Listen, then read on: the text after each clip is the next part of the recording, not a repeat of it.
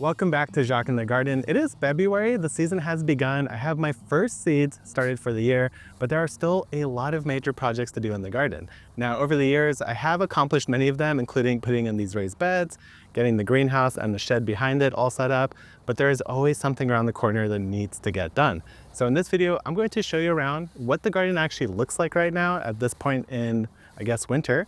And then we're also going to talk about all the different projects that I need to finish. Now, some of these I might just do in the background, not record any of it, but I'd love to hear from you guys. If any one of these projects catches your eye, you're interested in seeing more on it, please drop a comment down below and I will be sure to capture that process for you guys to learn from as well. So let's get into it. I have the first one that's right behind me over there. So the first major project is something I actually interact with on a daily basis, and it's been driving me crazy. It is my gate and my entire fence system. Now, most of my garden is surrounded by a fence similar to this. It is hardware cloth that is held up by some tree stakes every so often. And the reason why I like this is because A, it was pretty cheap, it was easy to install, but B, what I really like is that plants can actually climb on this. This is hardware cloth that's got vertical lines, which allow peas, beans, anything like that to trellis on this fence. But over the years, this hardware cloth has kind of lost its appeal on me. It's not that aesthetic. It's kind of looking a little rough around the edges at this point. If I was more consistent, I think it'd be fine. If this was painted black, or even if it had some sort of coating on it, I think it would also look a lot better. But let me show you one of the main things that I'm mostly upset about. It's actually the gate system. It's not really a proper gate system. And what's annoying is that this stuff breaks down over time. It gets loose. And this right here has been snagging and ripping holes in my shorts, my shirts, and everything like that. But even more annoying is how sloppy the gate looks. And if somebody wants to get in here, they have to do this whole thing where they have to like untangle this with the rope here, swing it out. It just kind of flops on the ground and looks really messy. And it's just not very easy for anyone to get into my garden. So this needs to be changed to something more functional, a proper gate that swings, has a latch. The main reason I even have this whole system is to keep the dogs out of the garden. So I do need a fence and gate system, but this one, it's gotta go. So if you guys wanna see a video on how to build a proper garden fence and gate system, please let me know. Otherwise, I'm getting this done in the background. The next item on the list is actually kind of across my entire garden with a few places of main interest. And that is to prune my entire tree collection. So right here is my 3-in-1 peach tree that I planted in a video titled How to Grow Fruit Tree Faster. It needs its first prune of the year. It's grown quite substantially. The height is way too tall now, and I want to focus on good fruit production, not just a lot of peaches, but delicious peaches that I could easily harvest and reach. So that is one that needs to get pruned, but there are a lot more around the garden. A couple other trees that need pruning are these 2 pear trees that I planted right next to each other, so that's going to require a special prune. I also have a 4-in-1 plum tree. Again, a little bit more specialized in its pruning needs since it's multiple trees attached to the same trunk. But I also have my entire orchard in here, which is full of figs. It's got a dwarf mulberry tree, a lemon tree, and the figs are definitely in need of pruning because they are now poking up way into the sky. The other trees I have are 2 dwarf apple trees back there in the corner that I also planted last year. I've got this giant calamansi, which is way too tall. I need to reduce some of the height. But the main major prune this year is going to be this guy here, which is my white mulberry tree. Now this tree has become sort of a nuisance because it is so big, it drops berries all over the place, it leaves a lot of leaves, which I'm fine with because I can make those useful in compost, but you could see just how gigantic this tree is. It is probably 20 feet up, way above the house, and there are actually 2 trunks. So this needs to be reduced substantially, eventually probably removed, because this tree also has invasive roots, and it's been ripping up and pushing up all of these patio pavers for way too long now. I'm scared it's going to start affecting the foundation. So this tree definitely will go eventually, but for now it needs a major haircut. There are certain parts of my yard that I just don't show you because A, it's not really gardening, and B, it is really messy. And one of those areas is right behind my greenhouse here where my compost bins live. Now the project here is, of course, that I need to clean up my yard. That's my own personal problem. But the thing that you guys might be interested in is the compost bin system. Now, I have had these 2 bins for probably 2 years now, and I am in severe need of a 3rd bin. And let me show you exactly why that is. You guys are definitely gonna get a good view of the mess here, but the problem I'm having is that this bin right here is full, and it is full of completely done compost. This is ready, it's matured, it's cooled down. I could spread this in my garden, and the problem is that this is full. This is absolutely loaded up with compost that's actively breaking down right now. It looks like it's just about 100 degrees. And so the issue is I need a third bay. I need to leave this one to finish its maturation process so it can fully break down. And then what I need to do is come over here, deal with all this stuff and build a third bin. Now overall, I'm going to just rebuild this entire system because currently it's two different types of bins sort of connected by screws. So if you guys want to see a compost 3-bay system setup, I am willing to show you guys, just let me know. Hopefully in many of my videos it's come across that I actually do love nature. I don't mind pest pressure, whether birds peck my tomatoes. I got a couple caterpillars here and there that eat holes in my leaves.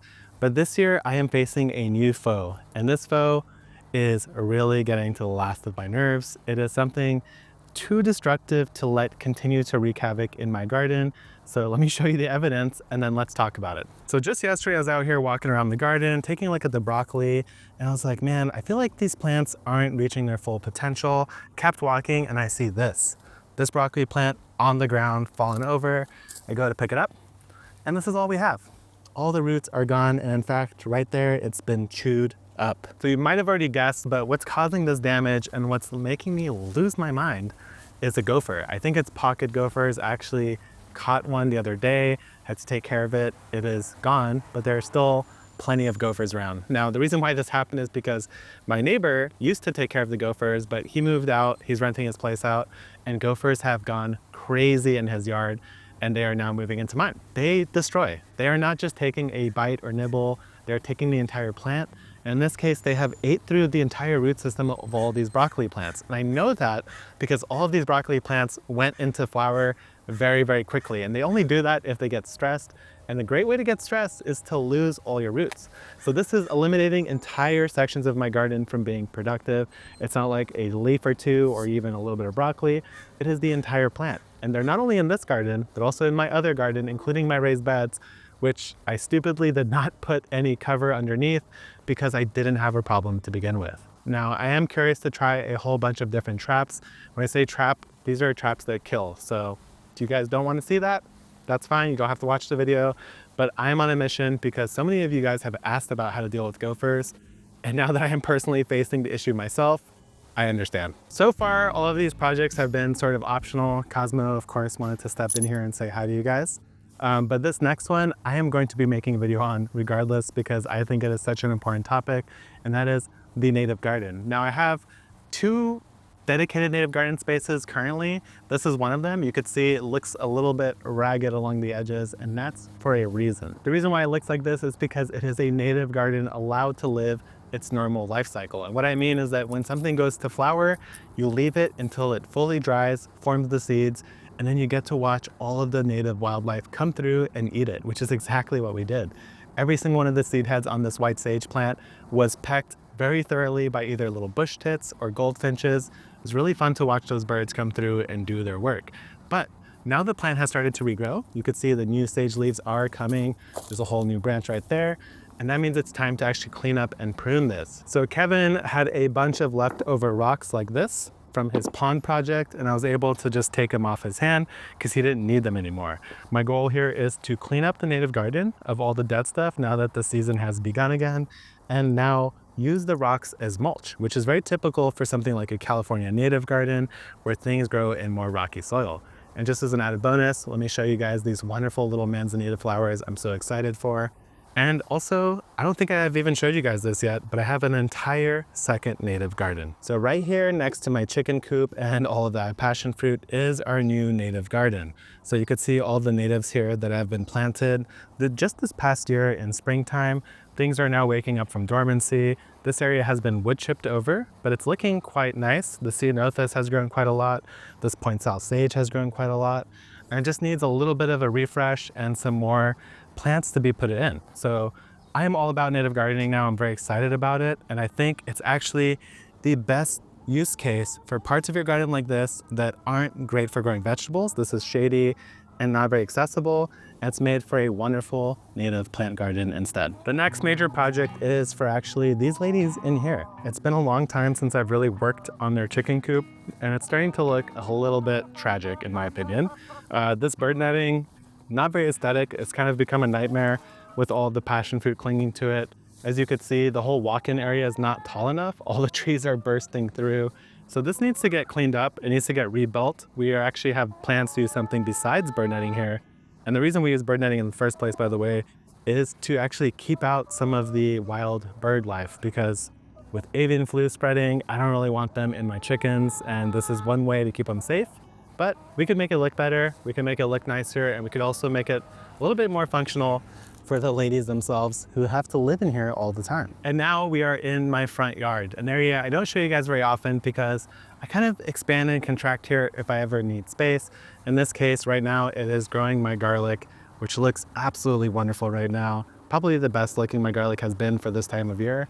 So I'm very excited about that.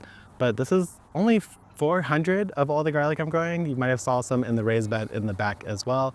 But let me show you why I came here, because I might need to expand again for a very specific plant, and that is grains. I actually want to start growing more grains on my property. So right here, I have this dirt patch essentially that I've mostly cleared from weeds, but there definitely needs to be some more work done. We just had our literal first rain of the year, so I've been waiting this whole time for that, because otherwise this ground was basically a dust bowl. So if you guys want to see more about growing grains, whether it's here or I have to go somewhere else, I actually lined up a friend's home that I could actually start that at. I definitely want to do it. I think grains are really fun to grow in the garden. They might require a little bit more work, but they are so satisfying to eat once you actually get that harvest. So there are the major projects that I have top of mind right now that I really would like to get done. If, again, any of those caught your eye or you think would be interesting to learn from, please let me know and I will definitely make a video for you guys. But thanks for watching. I'll see you guys next time.